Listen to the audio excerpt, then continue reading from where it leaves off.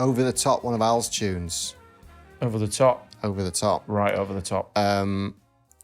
Very difficult intro for us to get right, I remember. Very difficult. I mean, it's not. I just think it was a combination of people overthinking it and maybe one or two rhythmic phrases landing on bits of the bar where you didn't expect it to land. But I seem to remember like we had more trouble rehearsing it at the centre, and then when we got in the studio, it sort of went down quite easily. I think that was my recollection of it anyway. I think that's probably true for a lot of them, because if you remember, when we were rehearsing for this, there were screens everywhere because of COVID. Yeah. So the sound was bouncing around all over the place, and we were constantly moaning at each other about, this is dragging, that's speeding up, can't hear you. And I think as soon as you got in a world-class studio with cans on, you can literally hear everything. That in itself was quite off-putting at first, because it's like, oh. Didn't the centre's roof fall down or something? Or they had to take the roof off halfway through rehearsals? Yeah, and it was changed the acoustic. Quite a boomy room anyway. Yeah. And weirdly loud wherever you were. I think it didn't matter where you were sort of sat. It seemed to be quite loud. That didn't help with hearing each other and being able to play together. But as soon as we got in the studio, it was very different, wasn't it? Yeah. No, it's a great chart. We've been playing that on and off for quite a long time, haven't we? Yeah. Over the Top. He composed that. I think he must have had that for a while, because I played that actual piece in Al's alumni big band, and that must have been going back to like 2009, 10, something like that. So he's had it quite a long time.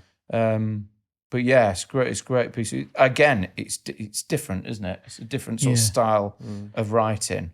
It's a different style of writing that I've seen from Al as well. Is it? Yeah, well, I remember him saying that it had so many different incarnations of that piece, that it had been a waltz at one point, and it'd been like, I think it'd been a ballad. He'd sort of done a few different versions of it before he arrived at, the version that we recorded. Oh, okay. I mean, yeah, it's Al's writing seems to be quite set in a certain era whenever I hear his writing. But that one feels like it steps outside it a little bit. And I remember when we were doing the mix of this, we had we'd settled on a mix with Jez, and last minute, didn't you called me up and you said, I think it needs to be more in this sort of style, like. And then you played me. Was it a Mincer thing or something like that? No, it was like an old John Dankworth recording, I think. Right. But it was a bit more contemporary, maybe. But that's Jeremy Murphy, by the way, who did an amazing job engineering and mixing and all. Yeah, we'll talk about him. Yeah, I think he gets his own episode, surely. Yeah, you should get him up here. Oh, that'd be great. Yeah. But we changed it. Yeah, we changed it literally 11th hour. Oh, really? Yeah, it was a certain way right up until, because obviously I have to send everything off for the master. And I was the next day I was sending it off to the mastering. So, studio. Forgive my ignorance, but so basically what you're essentially saying there is that your approach to mixing the tracks was different depending on what style of track it was? Yeah, okay. Definitely. Yeah. I think for the most part, the album is all within a sort of sound world and, the way that the whole thing ties together. But there were definitely a couple of pieces. I'm thinking Elegant People was one. Yeah. And this as well, where there's so much detail in there, I think. Right. We ended up just sort of asking for something maybe a little bit closer where you could really hear all the individual parts a little bit more. As opposed to something like Mandeville, which is more symphonic. Yeah. And you've got the French horns. Suits being very kind of roomy. And, you want to hear a bit more of the sort of reverb, I suppose. I get that, of the room. That's the simplest term. So it sounds like a live orchestral concert almost. Yeah, but like this, and like Reuben said, Elegant People, they're a lot more intricate, a lot of moving parts and stuff like that. I do remember this one was the first. This was the first tune we did, wasn't it? When we got in the studio, It was, yeah. Yeah, because we had a bit of a panic at the beginning with the kit. Do you remember that I spoke to Joe about that. A broken skin, So Joe said it was a muffler, something called a muffler. Broken muffler. Yeah, which is part of it's the hole in a bass drum.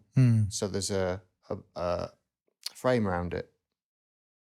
Like the circles to let the air out. Yeah, I think it was that had broken, something like that, and it was making a tapping sound every time he hit the bass drum, and it took him a while to figure it out.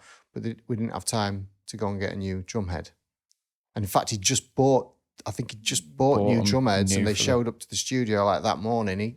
So he was obviously like a kid in a candy shop. He's like, I've got new drum heads for this recording, and one of them wasn't working. So that's why we started late. If you remember, we started very late. Well, it was a panic, wasn't it? Because we knew already that 12 pieces in 2 days, especially some of them being real epics, kind of long pieces.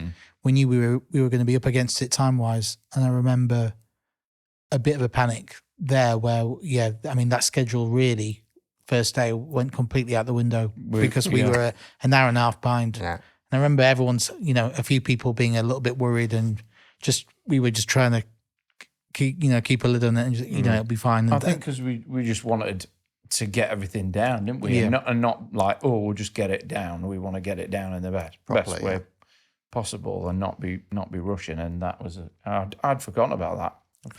Yeah, I remember seeing like a commotion going on in the drum, what do you call it, booth. Yeah. And I'm thinking, why are they still doing that? And obviously, news started to filter out that we had an issue with the drum kit. Yeah, but some honourable mentions got to go to Joe Wright. I think he was, because originally I don't think he was ever really meant to be on as much of the album, or we didn't realise. He wasn't going to be on it at all. Yeah. He was just depping on a rehearsal. He was filling in, wasn't he? And I remember he playing this. It was this piece. I'm pretty sure it was this one and Bittersweet. I think that he really got his teeth into it. He worked his bum off. Yeah, and he just really was, for me in so many ways, and I'm sure a lot of us would say he was sort of a bit of a man of the match, really, and he just went above and beyond. Yeah. And I would say, one of the finest drum performances on one of the Doncaster records. If you put it into context, he was probably 19, 20 years of age. So he's, decades younger than most of us in the band. And he was just literally helping out at rehearsal. And then next thing you know, you are the drummer with Steve on the recording. And rather than be scared of that, he embraced it and he just went to town on practicing the stuff. Yeah. And, I mean, if you've ever met him, he's just really dedicated. Yeah. He won't shy away from it. Yeah. He just stepped up to the plate. He did, though. I mean, and also being a drummer, and I said this to him on I think, maybe in person or on the podcast, I can't remember. It's like when you're in a section, you've kind of got backup. Like you've got not that you can hide, but you've got a bit of backup. When you're in the rhythm section, there's only one of you on your instrument. Do you know what I mean? So you're really exposed, especially the drummer in a big band is like the most exposed person, really, if you think about it. Yeah. He did. I mean, bless him, he didn't have the easiest time. I don't think there was, like we said, there was a lot of, things going on in the rehearsal room that sonically people couldn't always hear each other. Yeah. And, I think it took a bit of time just figuring out, the rhythm section sound and what was really going on. And I think, it was really difficult. It was a challenge for him for sure, I think. But he totally just, Yeah, he did. If you're listening, Joe, well done. Yeah. And also to Al, thank you very much for this amazing arrangement that you let us have. One other thing we've got to talk about that chart is Nadim. Obviously. Nadim who? What did he do? What did he do? Yeah. Tell us what he did, Tom. Wow. It was just amazing to listen to, wasn't it? Just like something fresh every because we did I think he maybe did 4 solos, something like that. And they're all different. Couple with the band, and then we did a few where we left some space just in case. And it was just flowing out of him. Wow. It's like liquid gold, isn't it, when he plays? Nothing is different. It's all It's all something I mean, fresh. nothing's the same. And It's all, yeah. it's. I mean, he's. You couldn't pick a take. I don't think it was just like every single one. It was like, how do you, unless you somehow stretch it out and you incorporate every single take, how do you really pick? When each one is so wonderful. Yeah. So how do you pick then? Because you picked it. Blindfold and eeny, meeny, Just miny. like pick a out of a hat. Yeah, amazing playing.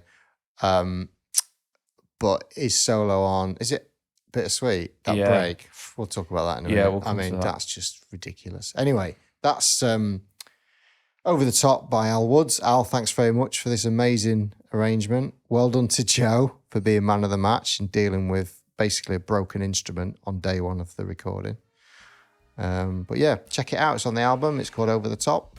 Thank you very much.